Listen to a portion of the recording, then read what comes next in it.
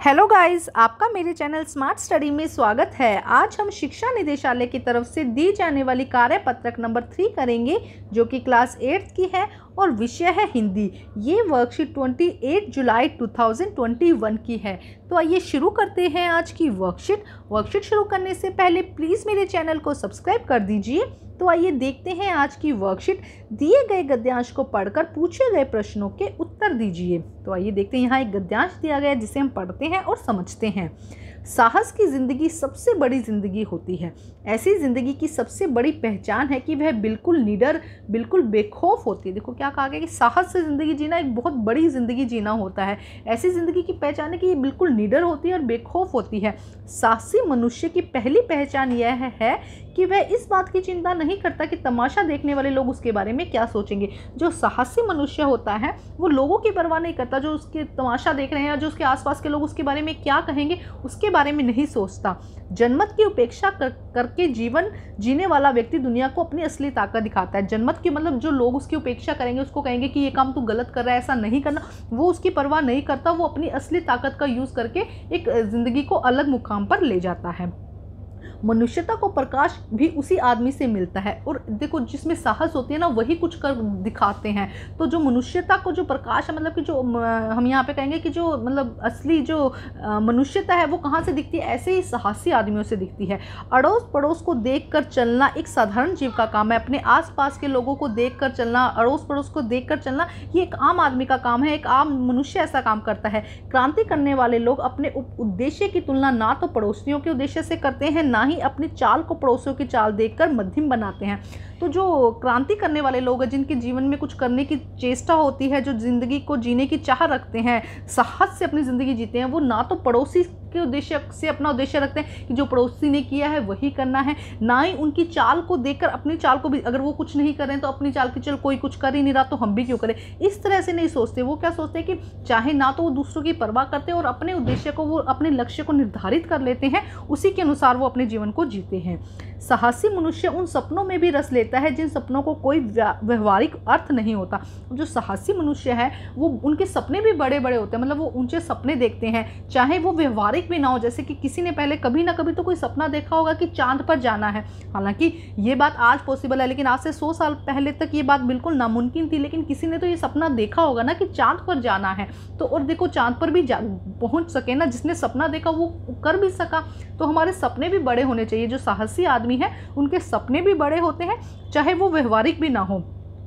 साहस के साथ यदि धैर्य का संयोग भी हो तो सोने पर सुहागा हो जाए। अब साहस तो है, लेकिन अगर धैर्य नहीं है, हर काम जल्दी जल्दी कर रहे हैं, तो क्या हो जाता है, वो व्यर्थ हो जाता है। तो साहस के साथ अगर धैर्य हो जाए, शांति हो जाए कि किस तरीके से सोच समझ कर किस तरह से किसी काम को करना है, तो वो सोने पर सुहागे जैसा है। जीवन में जब विपरीत परिस्थितियां आए तो हमें साहस और धैर्य से उसका सामना करना चाहिए। जैसे भी परिस्थितियां हो, हमेशा साहस और धैर्य के साथ उसका सामना करना चाहिए। स्पेशली विपरीत स्थितियों में, जब हमारे लिए हमें लगे टाइम अच्छा नहीं है, तब हमें साहस और धैर्य के साथ काम करना चाहिए।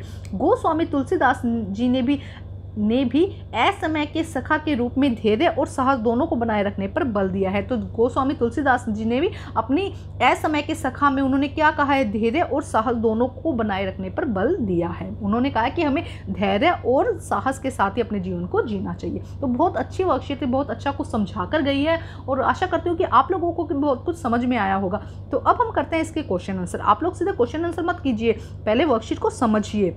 अब देखते हैं फर्स्ट क्वेश्चन क्या कहता है। गद्यांश में किस गुण का वर्णन किया गया है? किस गुण का वर्णन किया गया है? साहस और धैर्य का वर्णन किया गया है ना। किसका वर्णन किया गया है? साहस और धैर्य का। क्वेश्चन नंबर 2 देखते हैं, हम साथ में करेंगे फर्स्ट एंड सेकंड क्वेश्चन ना। साहसी मनुष्य की पहली पहचान क्या है? यह उसकी पहली पहचान क्यों है? तो देखो, पहली पहचान क्या है कि वो आस पड़ोस को देखकर काम नहीं करता। भी पड़ोसी ने किया है तो मैं भी ऐसा करूं, तो ऐसा नहीं करता है। तो आइए करते हैं question number 1 and question number 2। तो देखिए क्या होगा आंसर। इस गद्यांश में किस गुण का वर्णन किया जा रहा है? इस गद्यांश में साहस और धैर्य का वर्णन किया जा रहा है। यह है प्रश्न नंबर 1। प्रश्न नंबर 2 देखते हैं, साहसी मनुष्य की पहली पहचान क्या है? यह उसकी पहली पहचान क्यों है? साहसी मनुष्य पहली पहचान यह है कि वह इस बात की चिंता नहीं करता कि तमाशा देखने वाले लोग उसके बारे में क्या सोच रहे हैं। यह उसकी पहली पहचान है, क्योंकि साहस की शुरुआत यहीं से होती है। पहली पहचान क्यों है? क्योंकि साहस, अगर हमें साहस लाना है तो हमें यही डर अपने अंदर से निकालना होगा कि लोग हमारे बारे में क्या सोचेंगे। तो यही उसकी पहली पहचान है कि वो इस चीज़ की सोचता ही नहीं कि भाई दूसरे हमारे बारे में क्या सोचेंगे। तो ये है फर्स्ट एंड सेकंड क्वेश्चन। अब हम देखते हैं third question. Question number third देखते हैं क्या कहा गया। क्रांति करने वाले लोगों की क्या विशेषता है? देखो, क्रांति करने वाले लोग किसी से डरते नहीं, अपने आस पड़ोस की बात को नहीं मानते, उनकी चाल से अपनी चाल को भी धीमा नहीं करते हैं। प्रश्न नंबर 4, साहस और धैर्य की तुलना किससे की गई है? साहस और धैर्य की तुलना किससे की गई है? देखो, जो भी सफल जीवन जीते हैं वो क्या करते हैं? साहस और धैर्य को रखते हैं। तो आइए करते हैं question number third and question number 4 का आंसर। तो देखिए क्या होगा इनका आंसर। क्रांति करने वाले लोगों की विशेषता क्या है? क्रांति करने वाले लोग अपने उद्देश्य की तुलना न तो पड़ोसी के उद्देश्य से करते हैं और ना ही अपनी चाल को पड़ोसी की चाल देखकर धीरे करते हैं। मध्यम नहीं करते कि पड़ोसी कुछ नहीं कर रहे तो हम भी कुछ ना करें। पड़ोसी का मतलब अपने आसपास के लोगों से लिया गया है कि अगर अपने आसपास के लोग कुछ नहीं करे तो हम भी कुछ नहीं करें, ऐसे नहीं करते। वो तो ना अपने कार्य कि भाई उसने कुछ नहीं किया तो मैं भी नहीं करूँगा। अपने जो उद्देश्य है, अपनी तुलना वो पड़ोसी के उद्देश्य से नहीं करते हैं, और साथ ही में वो क्या नहीं करते कि अपनी चाल को पड़ोसी की चाल देखकर धीमा नहीं करते। वो अपनी चाल और अपनी लगन के साथ काम करते रहते हैं। अब देखो, साहस और धैर्य की तुलना किससे की गई है? साहस और धैर्य की तुलना असमय से सखा से की गई है। किससे की गई है? तुलसीदास ने किससे की थी? असमय के सखा से की गई थी।